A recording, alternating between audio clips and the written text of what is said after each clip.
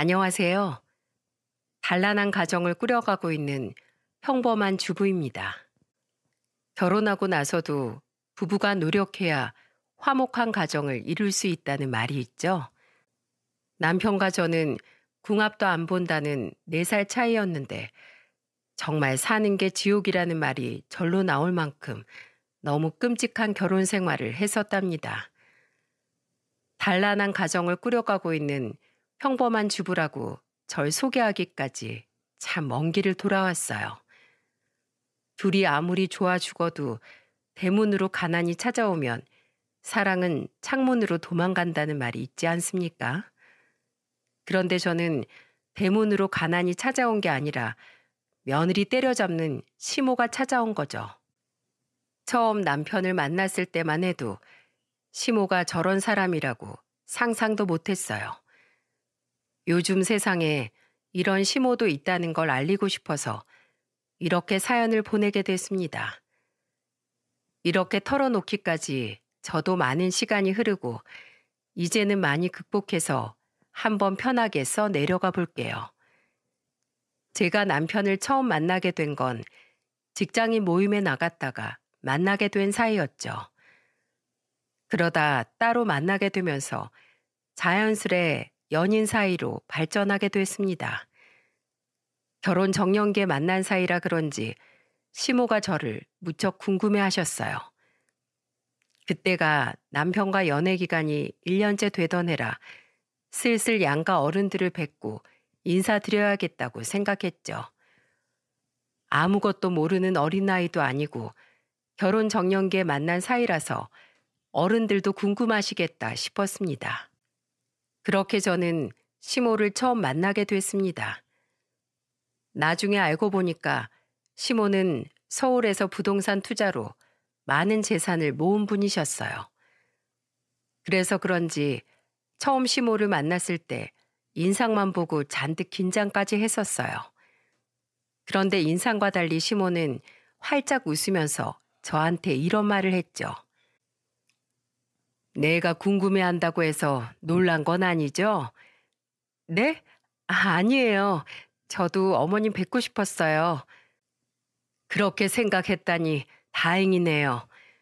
우리 아들이 진지하게 만나는 사람이 있다길래 누군가 궁금했거든요. 외동 아들이라 그런가 궁금한 게 많아요. 시모는 강해 보이는 첫인상과 달리 친근하게 말을 이어나가셨어요. 그렇게 식사하면서 대화하다 보니 점점 분위기도 편해졌죠. 긴장했던 것과 달리 너무 좋은 시간을 보내서 다행이라고 안심하려는데 시모가 저한테 이런 질문을 했습니다.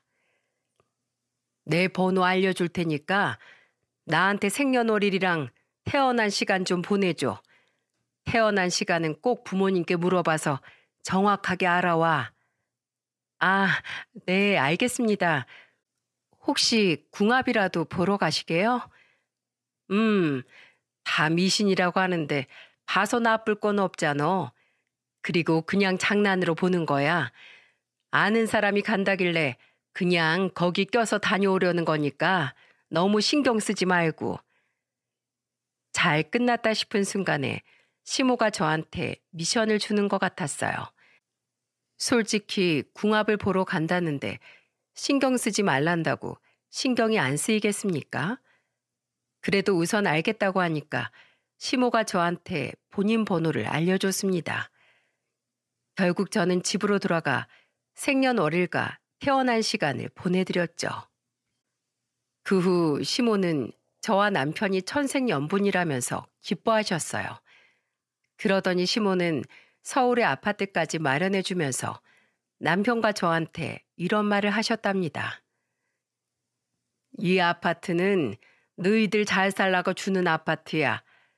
내가 남편 잃고 제일 서러웠던 게 내 집 없다는 게 제일 무섭고 서러웠어.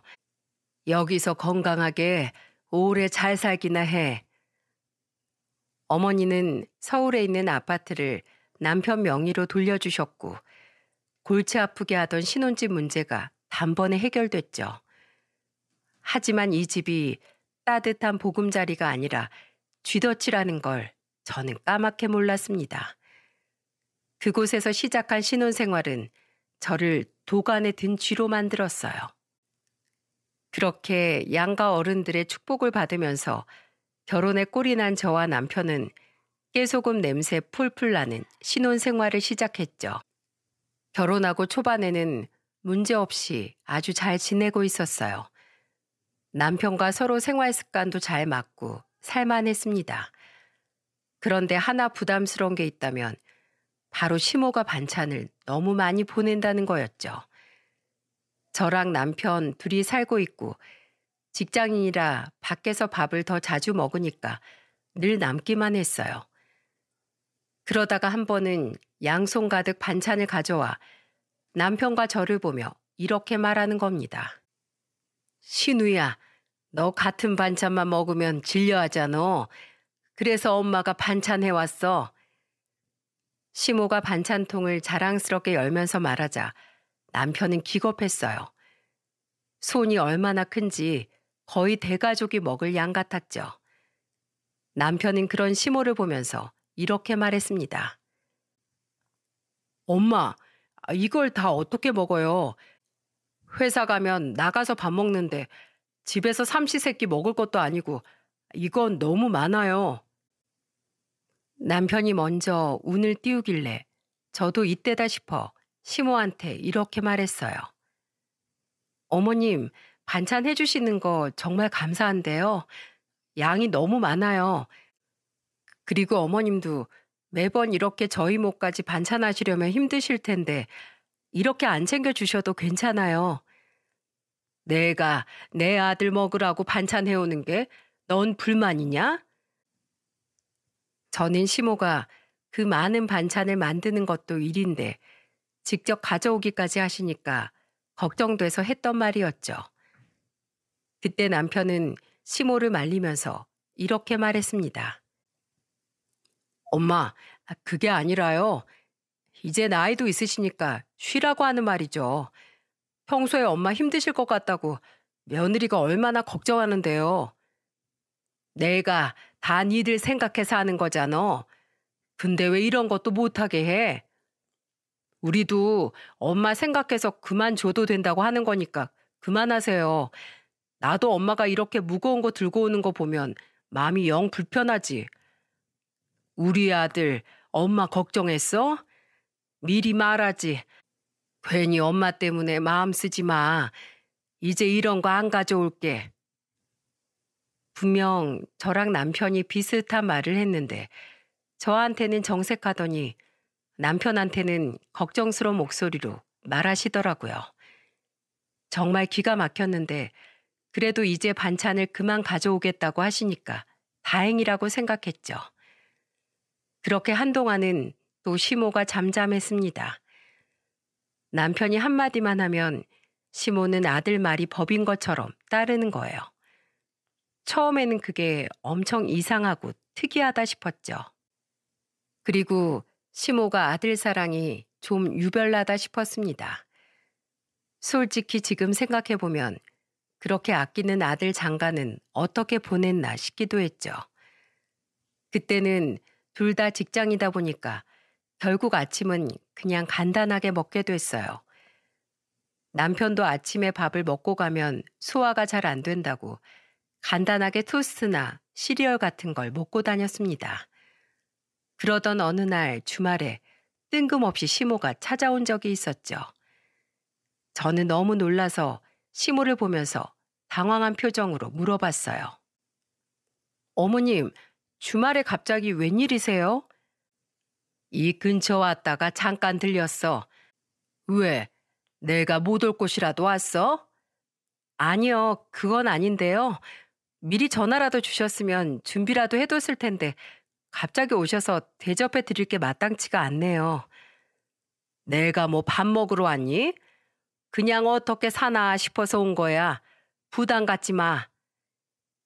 시모는 부담 갖지 말라면서 집 안으로 들어왔습니다. 그런데 말과 달리 시모는 집에 들어오자마자 매의 눈으로 구석구석 살피고 있었죠. 남편은 화장실에서 나오다 거실에 서 있는 시모를 보고 깜짝 놀랐어요. 그래도 마침 점심 먹을 때여서 남편은 시모한테 넌지시 말했습니다. 이 시간에 웬일로 오셨어요? 이렇게 오셨는데 우리 같이 외식이라도 해요. 외식이라니? 그냥 늘 먹던 거 같이 먹으면 되지. 바깥 음식 몸에 안 좋아. 자주 사 먹지 마. 그때 시모의 말을 듣자마자 저는 숙제 검사 받는 기분이었어요. 그래도 그 와중에 다행인 건 미리 사온 반찬이 있어서 다행이었죠. 저희는 반찬은 반찬 가게에서 사다 먹고 집에서는 밥만 만들어 먹었습니다. 둘 다 밖에 있는 시간이 길어서 직접 반찬을 만드는 것보다 이렇게 반찬만 사오는 게 더 저렴했어요. 그래서 시모가 늘 먹던 걸로 그냥 집에서 해 먹자고 했을 때 저는 미리 사온 반찬을 접시에 조금씩 덜기 시작했죠. 그런데 그때 언제 주방까지 왔는지 시모가 저를 보고 놀란 목소리로 말하는 거예요. 너 지금 뭐 하는 거냐? 그거 반찬통 좀 이리 줘봐. 이거 플라스틱이네. 지금 반찬을 반찬 가게에서 사온 거야? 늘 먹는 게 이런 거야? 둘 다 회사 다녀서 바쁘니까 이렇게 먹고 있어요. 이것도 반찬 가게 아주머니가 직접 만드시는 반찬이에요. 뭐야? 난 우리 아들 키우면서 절대 이런 거 사온 적이 없었어. 맨날 내가 직접 다 만들어서 해 먹였다고. 괜히 우리 아들이 명문대 나온 줄 알아? 나는 혼자서 돈 벌면서 집안일에 아들까지 다 혼자 했어. 남편 없이 산 나도 했는데 넌 왜 벌써부터 이 모양이야? 저는 시모의 호통에 정말 깜짝 놀랐어요. 제가 유통기한 지난 반찬을 사온 것도 아니고 대체 뭐가 문제인가 싶었죠. 그리고 남편이 명문대를 졸업했던 건 공부를 잘했으니까 갔던 거 아닙니까? 이게 대체 반찬이랑 무슨 상관이 있다는 건지 의아했습니다. 반찬 직접 만들어 먹인 걸로 명문대 갔으면 대한민국 엄마들 다 장금이 됐을 거예요. 그때 시모의 호통에 남편이 또 주방으로 달려와 시모를 말리면서 말했죠. 엄마, 또 여기서 왜 이러세요? 우리 살림이니까 그만하세요. 우리? 넌 이제 엄만 안중에도 없는 거야?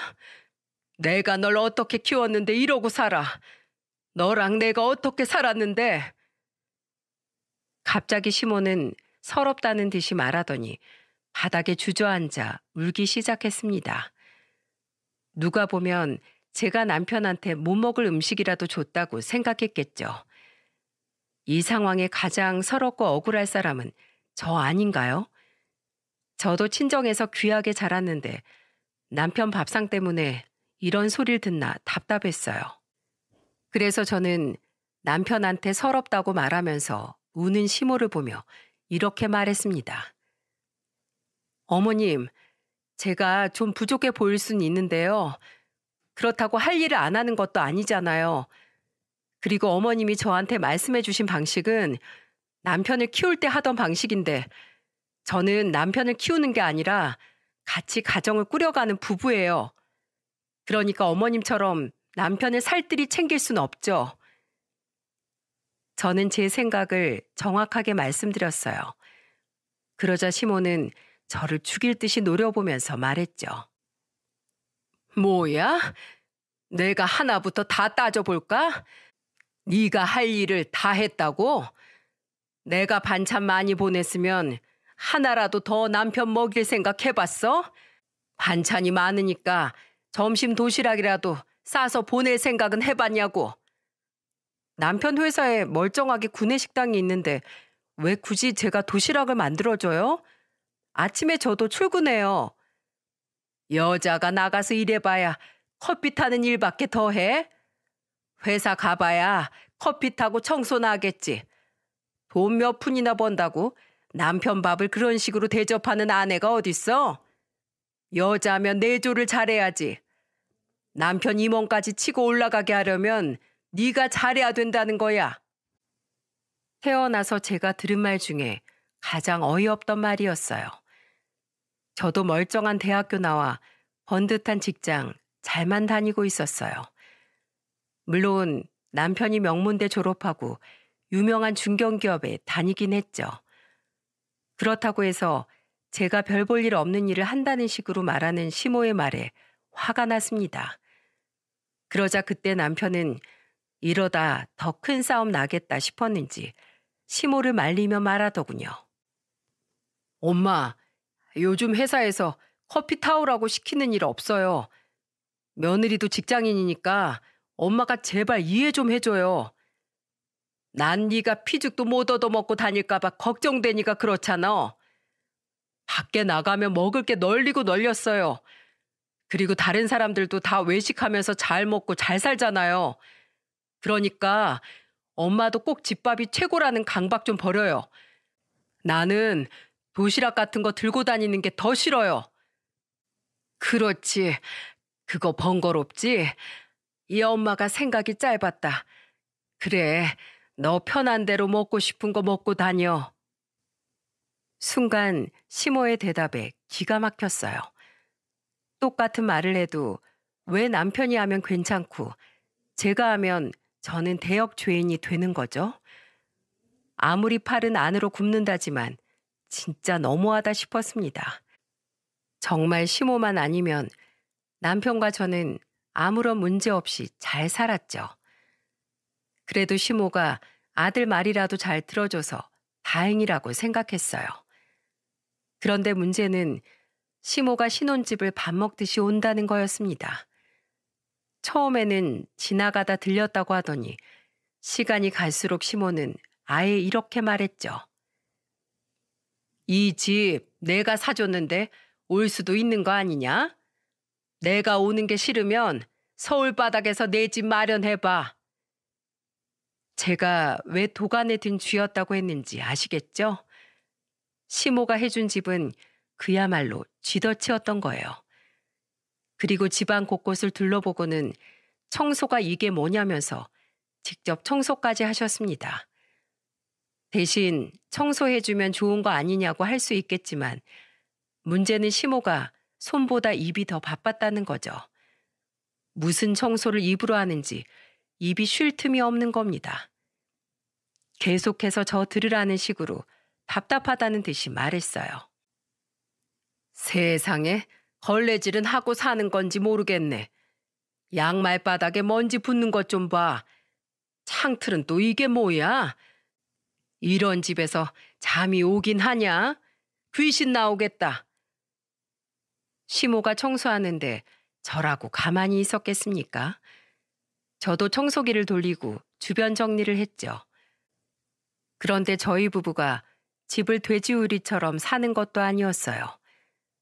솔직히 집안 먼지는 찾으려고 눈 크게 뜨면 당연히 보이는 건데 시모는 집이 더럽다는 식으로 말하는 겁니다.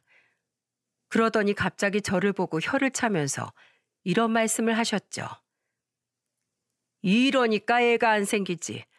집안이 깨끗해야 복덩이 같은 애가 생기지. 결혼 1년 차쯤 되니까 시모는 아이를 언제 낳을 거냐고 재촉까지 했어요. 하필 그날은 남편이 모임이 있어서 집을 비운 때라 시모를 저 혼자 감당해야만 했습니다. 게다가 그날은 저도 그동안 스트레스가 쌓였던 건지 시모한테 이렇게 말했죠. 어머님, 솔직히 지금 매주 오셔서 이러시는 거 너무 힘들어요. 뭐야? 다른 집 며느리들은 시모가 와서 집안 청소해 준다고 하면 아주 고맙다고 절이라도 할 텐데 넌 뭐가 어쩌고 저쩌? 힘들어? 힘들면 내가 힘들어야지 왜 네가 힘들어? 어머님 힘드시면 제발 그만 오세요. 아무도 어머님한테 청소해달라고 부탁한 적 없어요. 내가 너 생각해서 오는 줄 알아? 나는 내 아들 생각해서 오는 거야.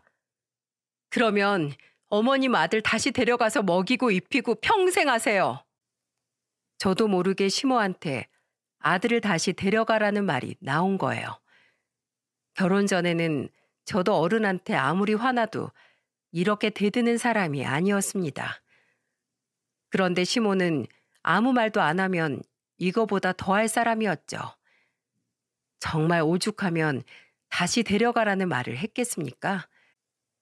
게다가 시모는 제가 문을 안 열면 열어줄 때까지 문 앞에 죽치고 서 있었어요. 그리고 복도에서 큰 소리로 통화를 하면서 쌍욕을 막 섞어가면서 통화를 하는 겁니다. 그래서 이웃 주민 눈치가 보여 문을 열어줄 수밖에 없었죠. 그런데 그때 잠깐 옷을 갈아입으러 들어온 남편이 시모가 제게 잔소리하고 있는 걸 목격한 겁니다. 남편은 깜짝 놀라 시모를 말리면서 말했어요. 엄마, 또 여기서 뭐 하세요? 제발 그만 좀 오시라고 했잖아요. 신우야, 이거 오해야. 방금까지 쟤도 나한테 말대꾸했어. 널 다시 데려가라고 했다니까. 저 사람이 오죽하면 그랬겠어요. 저랑 같이 나가요. 남편은 옷 갈아입으러 왔다가 옷도 못 갈아입고 시모를 데리고 나가버렸죠. 아마 그날 남편이 시모를 끌고 나가지 않았으면 하루 종일 집에 죽치고 있었을지도 모릅니다. 그 후 시모는 남편한테 된통 한 소리를 들었는지 한동안은 오지 않았어요. 그리고 몇 달 뒤 저는 그토록 기다리던 아이가 생긴 거죠. 그 순간 저만큼이나 양가 어른들도 기뻐하셨습니다. 특히 시모는 제가 임신했다니까 태도가 달라졌어요. 갑자기 저한테 전화해서 처음 들어보는 다정한 목소리로 이런 말까지 하셨죠. 우리 며느리 뭐 필요한 거 없니? 요즘 산부인과 가면 산모들끼리 가방 같은 걸로 서로 눈치 싸움 한다면서? 아니에요. 전 그런 거 신경 안 써서 괜찮아요. 그래, 우리 며느리가 이렇게 사치도 안 부리고 알뜰살뜰해서 잘 살고 있지. 나는 늘 너를 믿었다. 갑자기 달라진 시모의 태도에 놀라긴 했지만 그래도 예전보다 양반이었습니다. 예전에는 남편 위주로 생각했다면 그때는 완전히 제 위주로만 생각하시는 거예요. 심지어는 시모가 임산부는 편하게 자야 한다고 침대까지 바꿔주셨죠. 아직 쓸만하다고 안 바꿔도 된다고 했지만 시모는 저를 보고 걱정스럽게 말했습니다. 이게 다 손주를 위한 건데 내가 이런 푼돈 아끼게 생겼어? 잔말 말고 여기서 푹 자고 네 몸 하나만 잘 챙겨. 시모는 다 손주를 위한 거라면서 저는 몸만 챙기라고 난리였어요. 그때 제가 빈혈이 좀 심했던 편이라 시모가 산모한테 줬다는 철분제를 몽땅 사오기도 했었죠. 그래서 시모가 혹시나 아이가 잘못될까 봐 노심초사했던 겁니다. 그런데 제가 그날 빈혈 때문에 조금 휘청였어요. 갑자기 시야가 팽 돌면서 어지럽고 순간적으로 쓰러질 뻔했던 거죠. 그걸 본 시모가 놀란 목소리로 말했습니다. 너 왜 그러니? 어디 아파? 병원 가야 하는 거 아니야? 요즘 빈혈기가 좀 심해져서요. 다음 검진 때 병원 가서 확인해 봐야겠어요. 다음 검진까지 어떻게 기다려? 응급실 당장 가자. 시모는 마치 큰일이라도 난 것처럼 저를 데리고 응급실로 갔습니다. 결국 응급실에서 괜찮다는 말을 듣고 나서야 집에 올 수 있었어요. 시모는 그날 저녁 결심한 듯 남편과 저를 앉혀놓고 심각한 얼굴로 이렇게 말했죠. 내가 생각해봤는데 여기 들어와서 지내야겠어. 엄마, 갑자기 그게 무슨 말씀이세요? 오늘 며느리 상태를 보니까 저러다 혼자 쓰러지기라도 하면 어떡할 거야?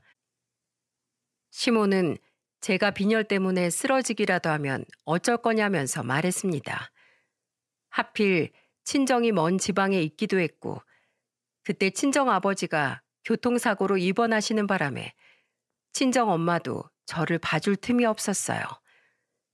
그리고 시모가 같이 살면서 저를 돌볼 정도는 아닌데 시모는 막무가내였죠. 결국 남편과 저의 만류에도 시모는 기어코 살던 집을 전세로 내놓더니 저희가 살던 집으로 들어오신 겁니다. 정말 환장할 노릇이었어요. 그래도 막상 같이 살기 시작하니까 크게 불편한 점은 없었죠. 그때는 시모가 남편도 뒷전이고 오로지 제 건강에만 신경을 쏟으셨습니다. 그런데 진짜 문제는 그 이후에 벌어졌어요. 바로 임신 5개월 차에 아이 성별을 알게 된 순간부터 시작됐죠. 제가 딸을 임신했다는 걸 알고 시모는 크게 실망했습니다. 그리고 그날 병원에 같이 다녀온 뒤 저한테 이런 말까지 했어요. 우리 집안 대를 이어야 하는데 딸을 임신하면 어떡해? 어머님, 그게 어디 제 마음대로 되는 게 아니잖아요. 몰라, 됐어. 아주 집안을 말아먹고 있네. 여자아이 임신했다고 집안을 말아먹는다는 말까지 하셨죠. 안 그래도 제가 임신했을 때 하도 아들 타령을 해서 부담스럽긴 했어요. 그래도 생명인데 딸이라도 예뻐해 주실 줄 알았는데 시모는 딸이라는 말에 실망하더니 그 후로는 제가 뭘 하든 아예 무관심이었습니다. 그런데 차라리 무관심이 편했어요. 그리고 남편과 저는 소중한 딸을 낳게 됐죠.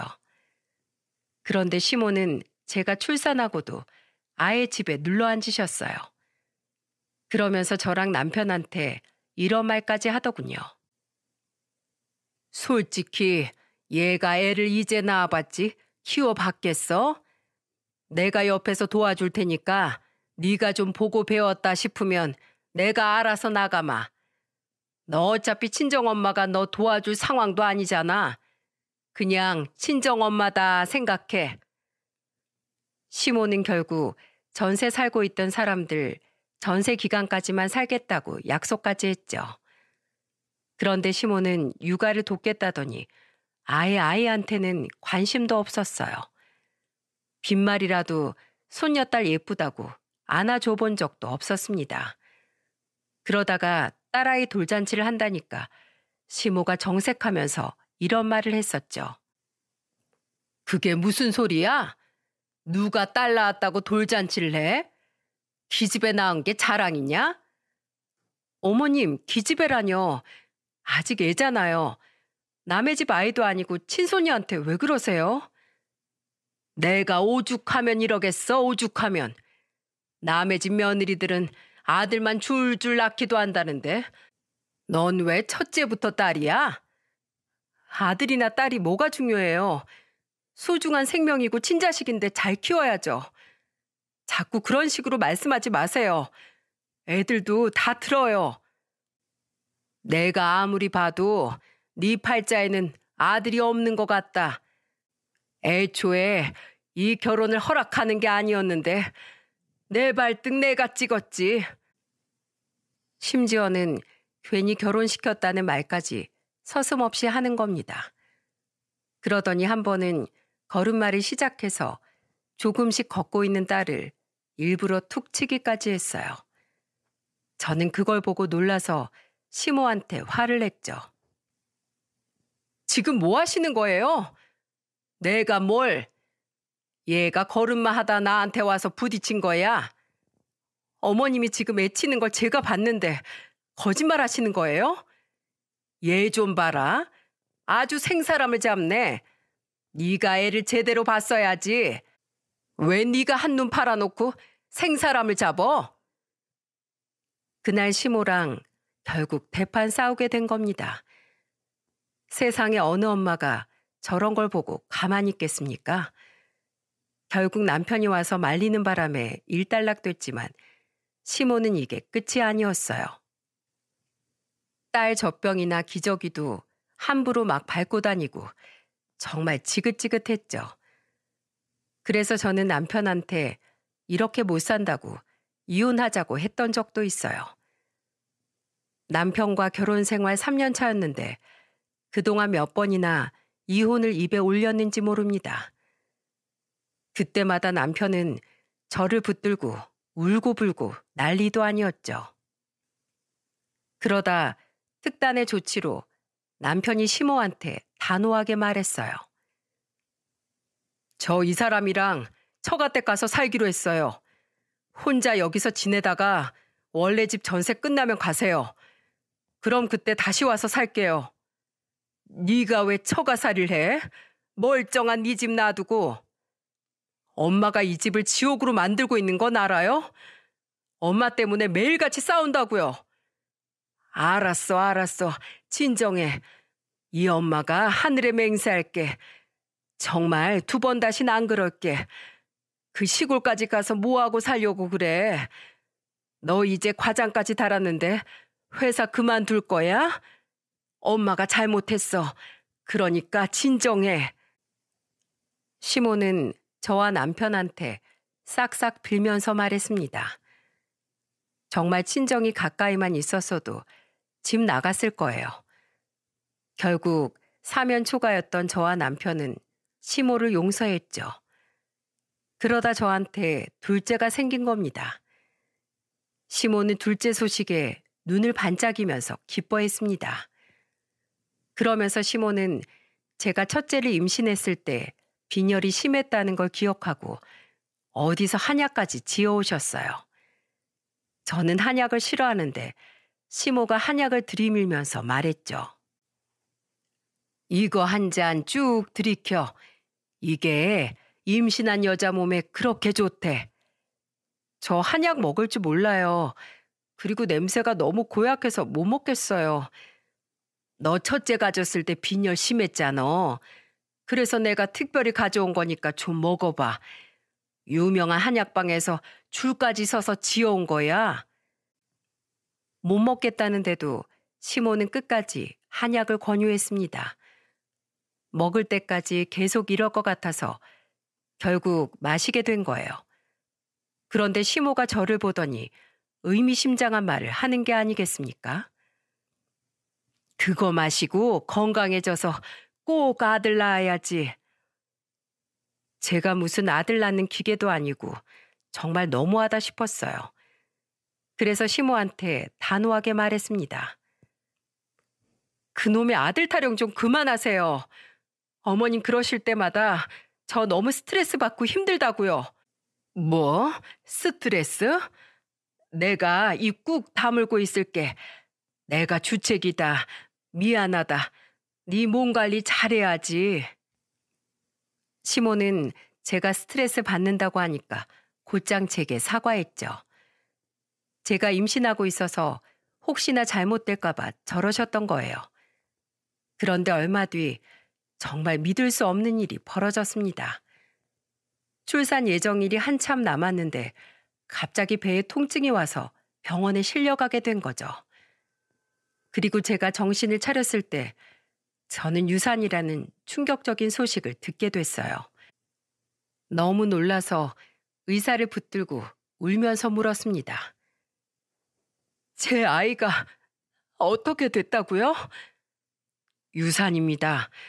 혹시 평소에 건강에 이상이 있으셨어요?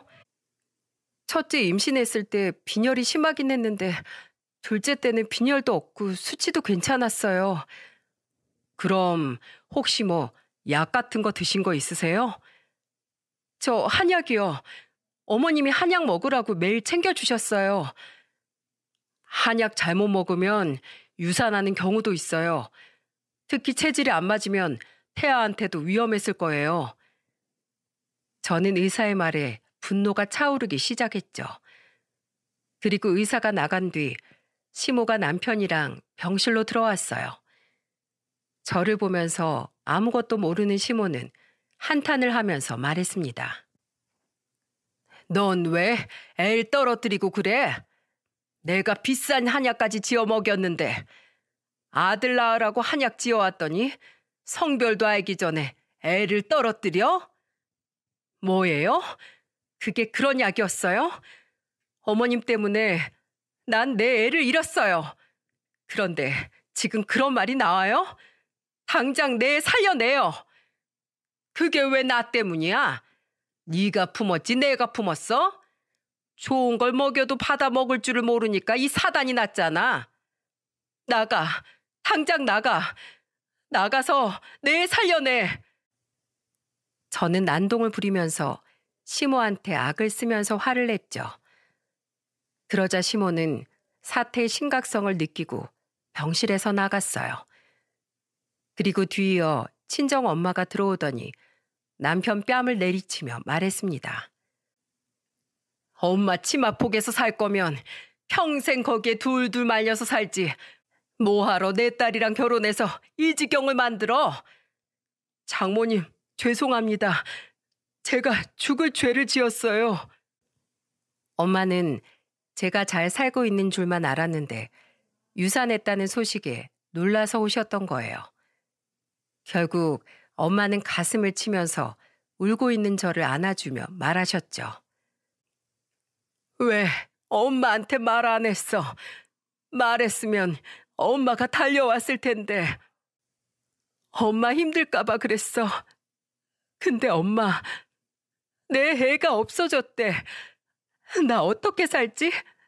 다 나 때문이야. 내가 죽일 년이야. 아니야. 아니야. 이 엄마가 잘못한 거야. 네 탓 아니야. 우리 딸 그러지 말어. 안아보지도 못하고 이렇게 떠나보내서 어떡해. 내 새끼 어떡해. 저는 머리를 쥐어뜯으면서 오열했습니다. 그렇게 엄마는 유산하고 힘들어하는 제 곁에서 몸조리를 도와주셨죠. 그 후 시모는 집에서 쫓겨난 상태였어요. 그래도 분이 풀리지 않는 저는 시모를 경찰에 신고까지 했죠. 저는 그때 시모가 한약의 일부러 약을 탄 거라고 믿었습니다. 그런데 조사 결과 무혐의 처분이 나왔어요. 이렇게 되자 이미 시모와 돌이킬 수 없을 만큼 사이가 틀어져 있었죠. 그렇게 멍하니 정신 나간 채 지내던 저는 회사에 가겠다고 말했습니다. 그러자 엄마는 제 손을 잡으면서 말했어요. 무리하지 마. 그 정신으로 어딜 가. 아니야. 가만히 있는 게 더 지옥 같아. 그냥 바쁘게 살아야겠어. 잠도 안 오고 정말 미칠 것 같아. 결국 저는 엄마 남편의 걱정 속에 회사에 복직하게 됐어요. 큰애는 어린이집에 갈 수 있어서 회사를 다니는데 무리가 없었습니다. 그런데 제가 복직한 사실을 몰랐던 시모가 사고를 치고 만 거죠. 야근을 하고 집에 왔더니 시모가 남편을 붙들고 이렇게 말하는 소리가 들렸어요. 내가 다 봤다니까. 점심때 어떤 남자랑 커피 들고 가는 걸 똑똑히 봤다고. 유산에서 충격받은 게 다 거짓말이야. 바람난 거 들킬까 봐 쇼한 거지. 아니라고 했잖아요. 남편은 시모한테 소리를 질렀고 그와 동시에 저는 현관을 벌컥 열고 들어가 시모랑 남편을 보고 소리쳤습니다. 뭐? 바람? 나 진짜 지긋지긋해서 못 살겠어. 이혼해. 이렇게 더 살다간 내가 미쳐서 무슨 짓을 할지 모르겠어. 적반하장도 유분수지. 너 바람 펴놓고 무슨 낯짝으로 이혼을 하재? 너 그러다 몸뚱이만 딸랑 쫓겨나는 거야. 재산 분할 꿈도 꾸지 마. 그때 시모의 말에 저는 남편을 보면서 어이가 없는 표정으로 말했죠. 들었지? 당신 엄마가 저런 사람이야.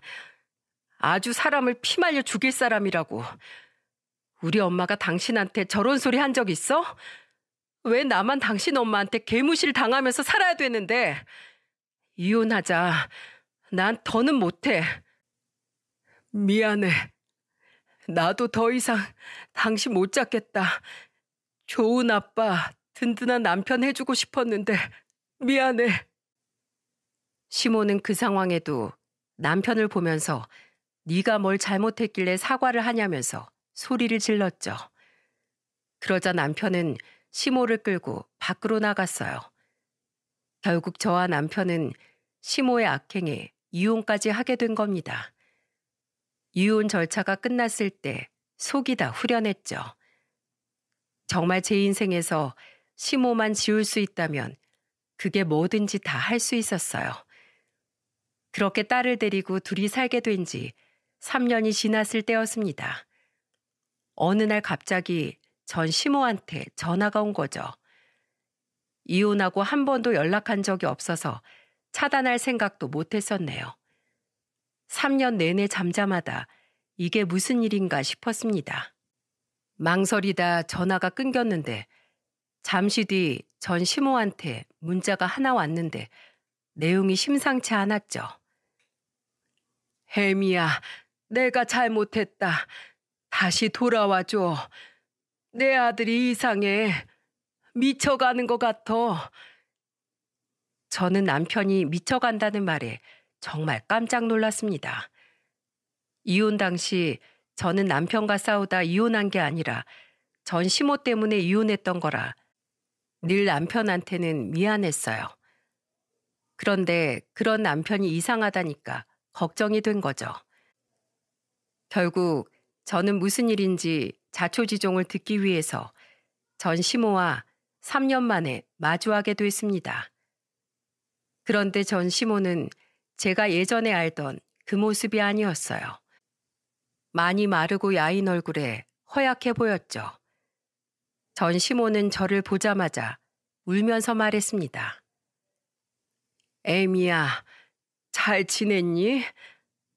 나 벌 받고 있나 봐. 내가 다 미안하다. 무슨 일이신데요? 이것 좀 봐줘. 나 사실 암이야. 언제 어떻게 될지도 모르는데 너랑 이혼하고 나서부터 신우가 이러고 살고 있어. 전 시모는 휴대폰을 건네면서 힘겹게 말했죠. 저는 전 시모의 말에 휴대폰에 있는 동영상을 봤는데 거기에는 기겁할 영상이 담겨 있었어요. 착했던 남편이 술에 잔뜩 취해서 집안 물건을 때려 부수고 있었습니다. 그리고 전 시모를 보면서 이렇게 말하기 시작했죠. 야, 야, 내 인생 돌려내. 다 망쳐놨잖아. 어떡할 거야? 저는 그 영상을 보고 입을 틀어막았습니다. 정말 상상도 못한 모습이었어요. 그러자 전 시모는 놀란 저를 보고 슬픈 목소리로 말했죠. 그 좋은 직장도 다 때려치우고 술만 마시면 욕하고 때리고 난리도 아니야. 아주 날 잡아먹으려고 한다. 내가 다 잘못했어. 너한테 무릎이라도 꿇으라면 꿇을게. 제발 내 아들 좀 데리고 병원에 가줘. 전 시모는 정말로 무릎을 꿇더니 저한테 빌기 시작했습니다. 앙상한 팔로 저한테 싹싹 비는 전 시모보다 남편이 걱정됐어요. 그래서 저는 전 시모와 같이 남편을 보러 가기로 했죠. 집안에 가보니까 술 냄새가 진동했습니다. 그리고 그 방 안에는 남편이 술을 마시고 혼자 중얼거리고 앉아 있는 거예요. 남편은 인기척을 듣고 고개를 돌리다 저를 보고 깜짝 놀랐죠. 그런 남편을 보고 저는 이렇게 말했습니다. 여보, 나 왔어. 왜 왔어? 뭐하러 왔어? 당신이 이렇게 힘들어할 줄 몰랐어. 그때는 내가 너무 힘들어서 당신 마음까지 신경 쓸 겨를이 없었어. 나 혼자 살자고 내가 도망치듯 이혼해서 미안해. 내가 더 미안해. 그 지경까지 가는 건 막았어야 했는데 내가 죄인이야. 남편은 고개를 숙이고 눈물만 흘렸어요. 그런데 남편은 술에 취해 이미 제정신이 아닌 상태였습니다. 이성적 판단도 못하고 벽에 갑자기 머리를 박기 시작했죠. 저는 놀라서 남편을 말리며 다급하게 말했어요. 여보, 우리 빨리 치료받자. 당신 지금 심각해. 당신 딸 안 볼 거야? 3년 내내 한 번도 보러 안 왔으면서 평생 안 볼 거냐고. 딸 이야기를 꺼내자 남편은 그제야 머리 박는 걸 멈췄습니다. 그리고 다음 날 남편을 데리고 병원으로 갔어요. 진단 결과 남편은 알코올 중독으로 인한 알코올성 치매가 온 상태였죠. 일상생활에 문제가 생길 만큼 폭력적인 성향도 강했고 몸을 제대로 가누지도 못했습니다. 게다가 작화증이라고 해서 일어나지 않은 일도 일어났다고 믿는 망상까지 있던 거예요. 그래서 남편이 자꾸 시모가 자기를 죽이려 했다는 이상한 말을 했던 거죠. 저는 그때 진료실을 나오면서 남편한테 이렇게 말했습니다. 3년 만에 딸 보는데 이 상태로 갈 수 있겠어? 당신 얼른 치료받고 건강해져서 우리 딸 보러 가자. 우리 딸이 날 기억 못하면 어떡하지? 아니야. 당신이 예전 모습만 찾으면 우리 딸은 다 기억해. 유치원에서 카네이션 만들 때도 꼭 2개씩 만들어 온다니까. 남편은 제 말에 그제야 눈을 반짝였어요. 그리고 치료를 받기로 결심했죠. 저는 세상 밖으로 나오기로 결심한 남편 곁을 지켜줬습니다. 그런 남편을 응원하면서 딸 사진도 자주 보여줬어요. 그러자 조금씩 남편 얼굴에 생기가 돌기 시작했죠. 그동안 남편은 시모를 원망하면서 복수하고 싶은 마음에 스스로의 인생을 망쳤던 겁니다. 남편은 저한테 울면서 이렇게 말했어요. 그때는 나한테 처자식이 가장 중요했는데 엄마가 다 망쳤다고 생각했어. 그래서 엄마가 날 얼마나 끔찍하게 아끼는지 아니까 내 인생을 망친 거야. 한번 내 심정 똑같이 느껴보라고. 내가 부족한 건 생각도 못하고 엄마 탓만 했어. 내가 너무 한심해서 딸 보러 갈 엄두도 안 나더라. 남편은 오열하면서 말했습니다. 그런 남편을 가만히 다독였죠. 아마도 중간에서 저만큼이나 힘들었을 텐데 그때는 저밖에 생각하지 못했어요. 결국 시모의 욕심으로 저와 남편은 긴 시간을 돌아 서로의 진심을 알게 된 겁니다. 그 후 시모는 저한테 고맙다는 말을 하고 요양병원에 입원하게 됐죠. 그리고 마지막으로 저한테 이런 말을 남기더군요. 내가 미안했다. 나만 없었어도 이렇게 될 일이 아니었는데 미안하다. 평생 없는 듯이 살게. 너희도 나 찾지 말고 둘이서 살아. 이제야 이렇게 말해서 미안하구나. 생각보다 상태가 좋지 않던 시모는 결국 요양병원으로 가게 됐습니다. 그리고 평생 나타나지 않겠다는 조건으로 저는 남편과 재결합까지 하게 됐어요. 서로의 아픔을 가장 잘 아는 저희는 힘든 시간을 같이 이겨냈죠. 그리고 1년 뒤 남편은 비록 약을 먹고 있지만 예전보다는 많이 좋아졌습니다. 하지만 시모는 암 투병 끝에 세상을 떠나고 말았어요. 어떤 일이 있어도 우리 가족과 헤어지지 않기로 다짐까지 했죠. 지금 남편은 완전 딸밖에 모르는 바보처럼 살고 있답니다. 부모 말을 들으면 자다가도 떡이 생긴다는 말이 있지 않습니까? 하지만 부모 세대와 지금 세대, 세상이 많이 변한 만큼 무조건적인 조언과 참견은 독이 되는 것 같아요. 시대가 변한 만큼 내 자식을 바라보는 눈도 변해야 되는 게 맞는 것 같습니다. 그리고 자식을 정말 믿는다면 스스로 살 수 있게 놓아주는 것도 필수죠. 언제까지 자식 곁에서 살 수는 없는 거 아닌가요? 결국 다 흙으로 돌아갈 인생인데 그저 잘 살길 바라는 마음으로 지켜봐 주면 좋겠네요. 지금 이렇게 화목한 가정을 되찾기까지 먼 길을 돌아온 만큼 정말 행복하게 잘 살겠습니다. 여러분들의 따뜻한 많은 응원 부탁드립니다.